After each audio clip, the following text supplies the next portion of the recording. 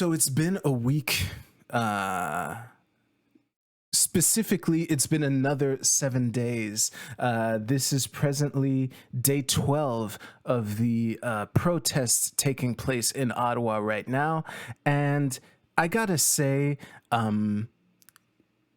getting a fair idea of what's happening over there is extremely difficult because, you know, we have a bunch of competing interests. So the mainstream media and the politicians who are presently being pressured, they have incentive to play down the numbers and play up any instances of bad behavior.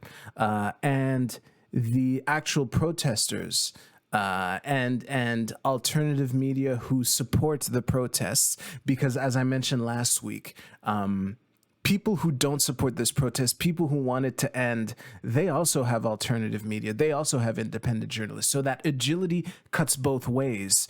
But those who support the cause of the convoy, aka freedom, they will, you know, their coverage tends to focus on the site itself, where it's kind of just a giant block party. I know that I think it was yesterday or 2 days ago that the city of Ottawa basically banned honking. And I gotta say,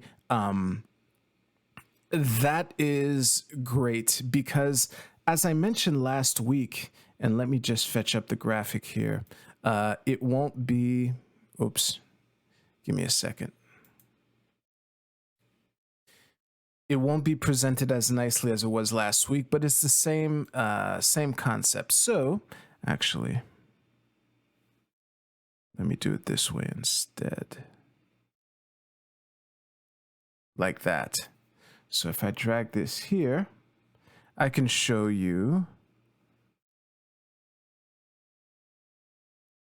this graphic, which I have slightly edited. So great, and my fucking face is right in there. Oh wait, let me just zoom out a little like that. There we go. So as I alluded to last week, and these numbers are approximate based on the work of Matthias Desmet, and it was talking about a similar concept, but I think that it applies here. So I would estimate that roughly 30% of a given population supports this protest, 30% are opposed, and the remaining 40% are caught in the middle. Most of them are just going along to get along and have no strong opinion for or against neither the convoy itself nor the mandates that they are protesting. As a reminder, this is not limited to the obligations for... you know, truckers to get vaccinated when they cross the border. It's not just about that. But actually coming back to this graphic, the reason I thought of it is that people who live in Ottawa, the residents, the constant nonstop noise, that I gotta say, unless you live in Ottawa and you're a diehard supporter, and even those people, I would wager that many of the supporters who actually live in Ottawa have had moments where they wished that the protest was taking place elsewhere. But I can't know for sure. But it's an easy bet to make. But the constant honking probably did a good job of hurting the 40%. Now I'm applying this specifically to Ottawa, specifically to the residents of Ottawa. The constant honking probably did a good job of taking a bunch of this 40% and moving it into the red over here. So I would say that not being able to honk is kind of a blessing in disguise, in the sense that the 40% here who got lost into the red, maybe after a couple days of, you know, being able to sleep and being able to hear themselves think, might like drift back into the yellow, where the green can win them over to their side, you know? So I like that. But the another thing that I wanted to talk about is wait, actually, let me consult my notes to make sure here.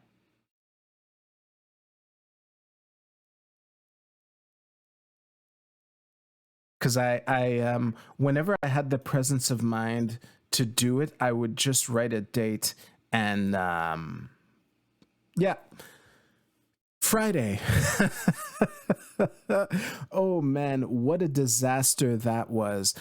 Friday, the GoFundMe, actually, is the link even still active? Y'all already know this probably if you're watching, but GoFundMe froze the fundraiser, declaring that it was against their terms of service, which honestly I'm fine with. If you're not sure and ultimately you end up ruling that the thing that is being raised funds for goes against your terms of service, I'm fine with that. Whether you're applying that whether you're applying that principle consistently or not is irrelevant. And now the link to the GoFundMe links to their Medium post explaining what they were going to do. And you will note that this date is from Saturday because these motherfuckers, when they decided that the terms of service was being violated by their fundraiser, their first intention was to just do something else with the money. Holy shit. It's funny too because as basically everyone watching knows, no, not Vosh, Scott Adams is someone that I that I listen to a lot. Let's just say a lot. And when I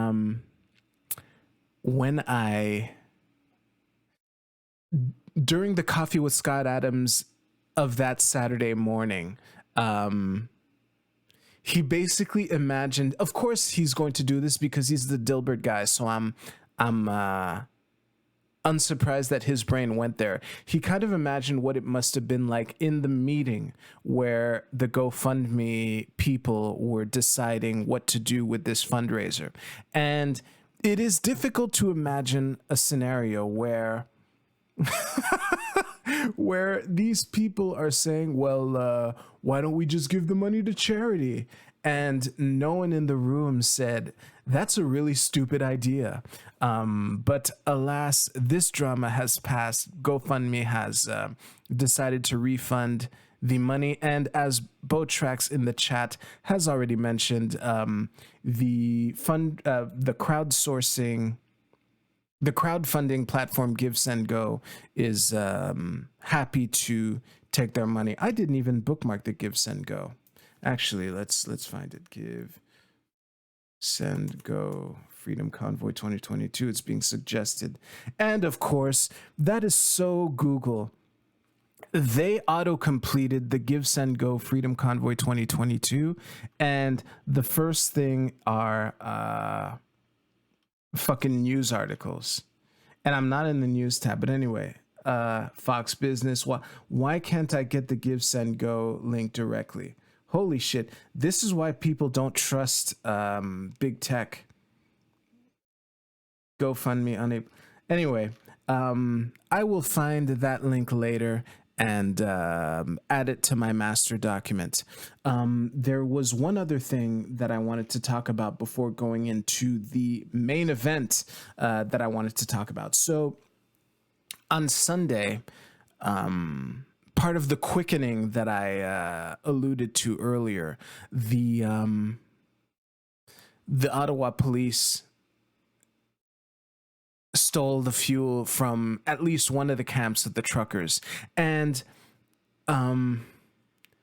the crazy thing about this, there are two things that leapt out at me during this, because I watched a live stream from one of the truckers who was at the camp using his phone. He's a French Canadian, which is why I didn't even bookmark the stream. But the two things that leapt out at me watching his live stream was, first of all, there were snipers on the surrounding roofs, or at least, okay, there were cops or there were people on the surrounding roofs who may or may not have been snipers. Let's give a little benefit of the doubt here. And the other thing that oh my God, I almost got angry again. Let me see here. CBC just happened to show up as the cops were walking away with their fuel. And I gotta say, and this is the reason that I had to calm myself down a little, of the institutions that are responsible for steering us into the situation that we're in right now. The one that I'm the most angry at is the media, specifically old media. I have watched these people lie by omission consistently for 2 years now. I was keeping an eye on them, and the advantage of having a diverse information diet is that you can detect when there's something that needs to be said that isn't being said. And it's funny too, the people who only rely on these people don't even have the means to even know that there's things being withheld from them. It's kind of nuts. Let me see here. GiveSendGo currently has more than 7 million and the objective is 16 million. Actually, let me...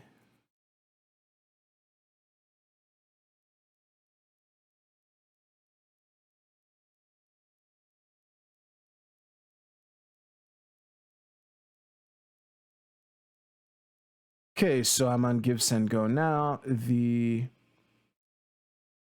Okay, in the trending campaigns, there's Adopt a Trucker and there's the Freedom Convoy. And now it is just over $7 million. You are correct. Let me bookmark this, copy paste this link and add it to my document here. Actually, I'll just add it here like that. Okay. Enough dilly-dallying around. No, wait. I haven't finished my point on the CBC. Sorry.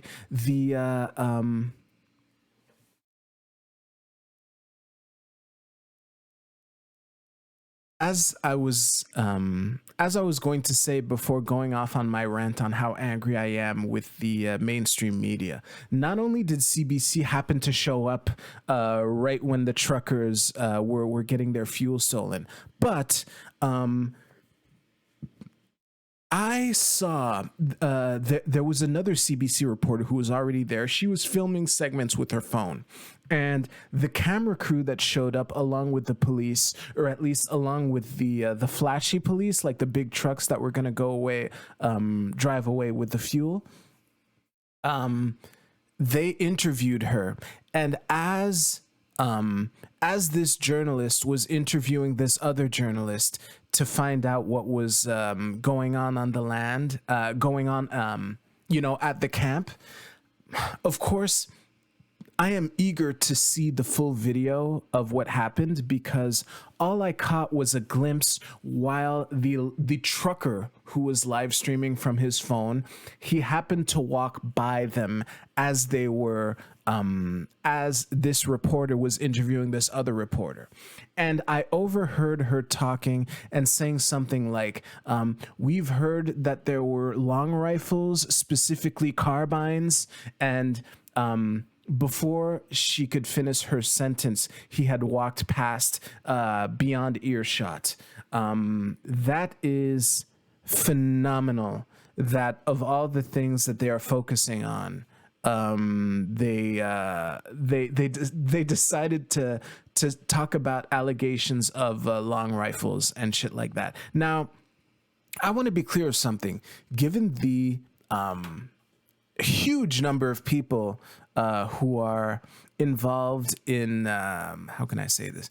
Given the huge number of people who are protesting, I wouldn't be surprised at all if there were some people, a couple crazy people planning on doing stupid shit with guns. As I have said and shown you last week,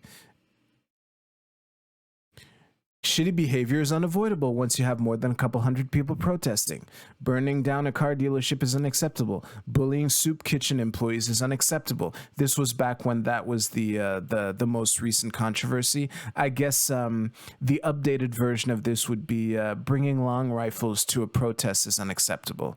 Yeah. So anyway, it was crazy to me that she had managed to jam that round peg in that square hole. Like, holy shit. The other thing that I wanted to mention, and this was supposed to be the main event, but let me just close up some tabs here, and I will talk about this, because this is another thing that made me angry, but at least we will have the means to cover it a little. And actually, I will open up their website as well. Where are you?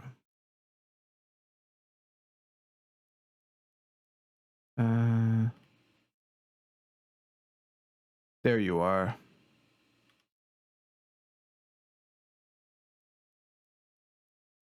Is it back? No, it is not back. So, yesterday, actually, I might as well pull a picture of him. Not that it makes any difference, but this is a live stream and it is common courtesy to do so. Politician Jagmeet Singh yesterday called a press conference making some pretty direct allegations as far as the intentions of the trucker convoy. He very clearly and repeatedly stated their intentions as wanting to overthrow the government. And whatever a journalist would question him on how do you know this, he would have the line of they're not hiding that this is their intention. It's on their website. It's in their memorandum. So I did a little searching. It was pretty easy to find. And right now, unfortunately, the site where I found the site where I found the memorandum does not have the memorandum on it anymore. But fortunately, I downloaded it, so we will be able to take a look at it. This is legal jargon. Whoops. This is legal jargon, and I won't read it all for sure. Since it is not on the site, I'm not sure how I can share this with you. I will still share the link of where it should be, and good luck, I guess. So I read all of this, and I gotta say, the first thing that I want to make clear is I have no idea who the fuck Canada Unity is. I don't know what their relationship is with the convoy. However, I know that last night there was a press conference held by the truckers where they were all standing at a table, live streaming on TikTok and other social media platforms. And they were talking about how, they're scared that the police might be preparing to round them up and move in, right? And at that conference from yesterday, a reporter or someone asking a question, because I doubt establishment journalists were there at all, asked them all to name themselves. Now, unfortunately, the man sitting in the middle of the table, front and center, literally, he did not name himself, but everyone else in that room did. And I took notes, and of the two names that I can see here on the on the Canada Unity website, James and Sandra Botter. None of the people who named themselves at the yesterday's conference are neither James nor Sandra Botter. So I don't know what the fuck the relationship between Canada Unity and the Freedom Convoy is. However, this is a pretty official looking document. And I gotta say, after having read it, I am not a lawyer. I kind of like reading legalese every now and then. It's been a while, and this is pretty fucking yikesy, to the point where I can't really support anyone who stands behind what's in this document. Again, I don't know the extent to which you can claim that the contents of this document represent the intentions of the Freedom Convoy. However, it is clear that here, Article 3, let's focus on this for now. So CU is Canada United. Actually, let's go over the abbreviation. So Canada Unity is CU, offers this memorandum to the Senate of Canada and the Governor General of Canada, the highest authorities representing the federal government of Canada. This is SCGGC, as the government of Canada. Now, those of you who are familiar with how the Canadian federal government is structured might notice that Parliament is not included in this. And in Article 3 right here, they say that Canada Unity and the SCGGC agreed to form a committee called the Citizens of Canada Committee. So they essentially in this memorandum, they're stating that they want to form this kind of side committee that doesn't include the Parliament of Canada, and they want to basically enforce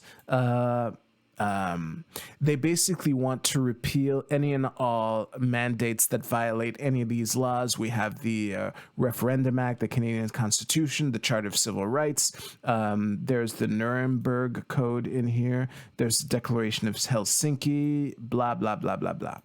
And where is it? Yeah, here. So this is Article 3F. SCGGC will effective as of midnight on this day. By the way, this was written in 2021, so this has been around for a while. So anyway, SCGGC will effective as of midnight on this day instruct all levels of the federal, provincial, territorial, and municipal governments to reinstate all employees in all branches of governments, not limited to promote the same to the private industry and institutional sector employees. This is why I don't like reading legalese. And I say this as someone who likes reading legalese. When I read this document, my eyes glazed over many times. And this is by design. Any law student will typically well, okay, let me rephrase that. Many of the law students that I've met while they were studying laws openly admitted that the obtuse nature of legalese is dense by design. There's a reason why words of art exist. Sid, is there a Supreme Court in Canada that could strike down mandates as the USSC did? There is a Supreme Court in Canada. I don't know. I'm sure they could. I don't know if they would. I just don't know, and I'm surprised it hasn't gone into it. Oh, by the way, let me go on this little rant, which might explain why it probably hasn't gotten to the Supreme Court of Canada, or at least if it has, I have not heard of it. Canadian Charter of Rights and Freedoms. Let's take a look at the Canadian Charter of Rights and Freedoms. Just a quick glance. And this is why I don't take it seriously. This is I learned this through via COVID, but here it is.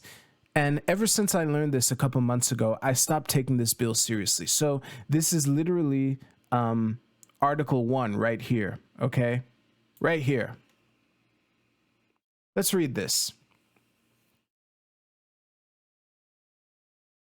The Canadian Charter of Rights and Freedoms guarantees the rights and freedoms set out in it, subject only to such reasonable limits prescribed by law, and can be demonstrably justified in a free democratic society. So basically, the Charter of Rights and Freedoms opens with a loophole that says, if things get really bad, we can ignore all of this. So in my mind, I need not read any further. And since the Charter opens with a loophole clause, even if these mandates or whatever did go to the Supreme Court, I'm not sure what would happen. This is garbage. It's difficult for me to argue that we have rights in Canada. Honestly, it's sad. But coming back to this document here,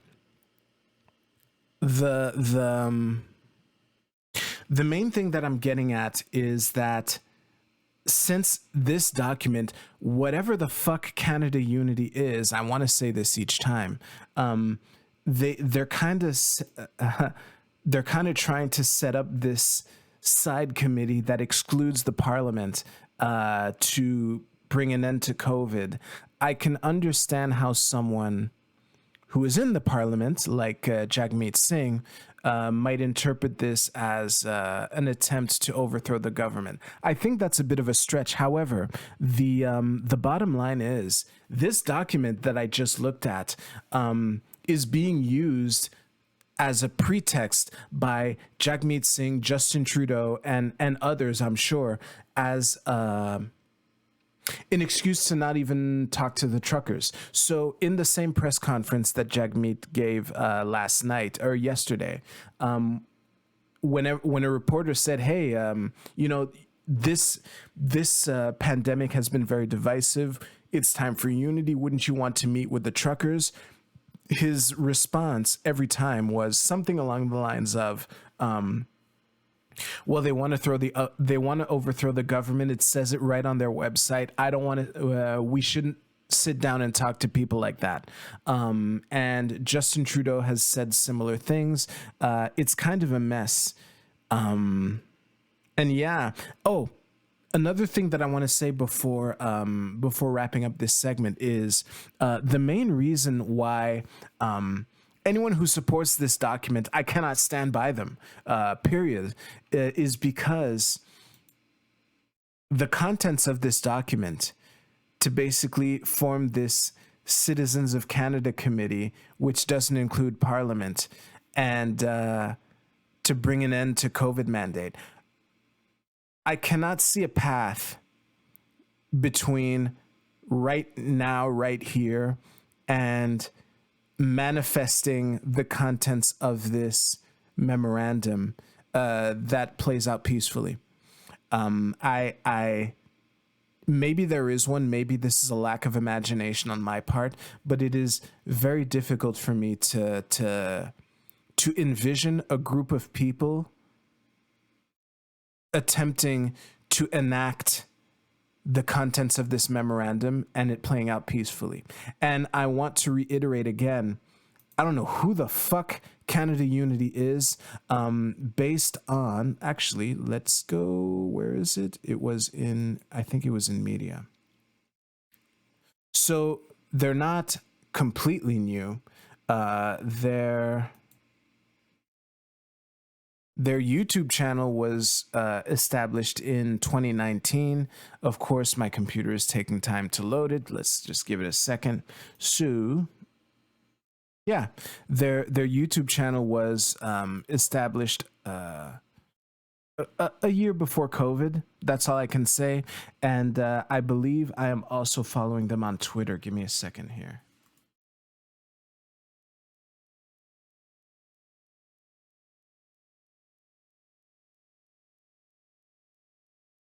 Canada Unity.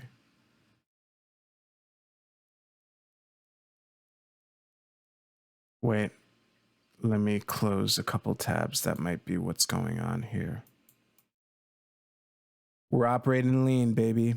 Here it is, Canada Unity. Of course, I followed them because I want to know who they are. And they joined Twitter in October last year. So anyway, I don't know who these people are. I don't know why their memorandum is no longer up. And I don't know the extent to which this organization even represents the intentions of the trucker convoy.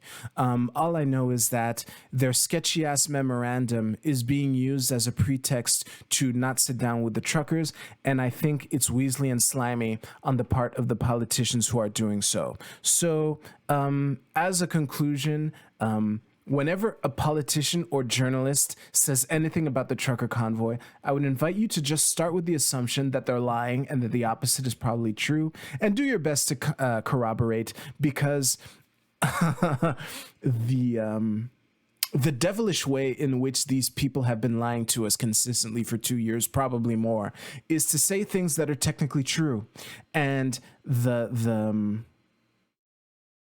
the sneaky play is that the true thing that they say it'll either rest on assumptions that they will not say, but that you don't necessarily accept, but they keep hammering on this thing and subliminally hammering in the assumptions that this thing rests on. That has been the go-to play for these people since the beginning of this thing. And the other thing that they will do is they'll say this thing that is true, and there's this other thing here that's also true that they won't say.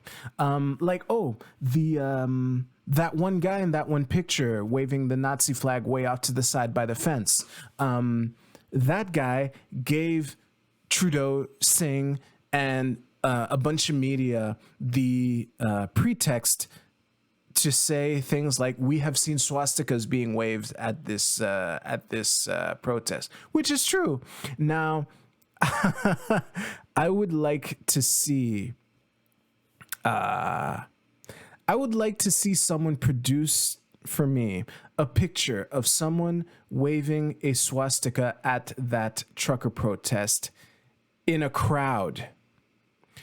Produce a picture of someone waving a Confederate flag or swastika in a crowd.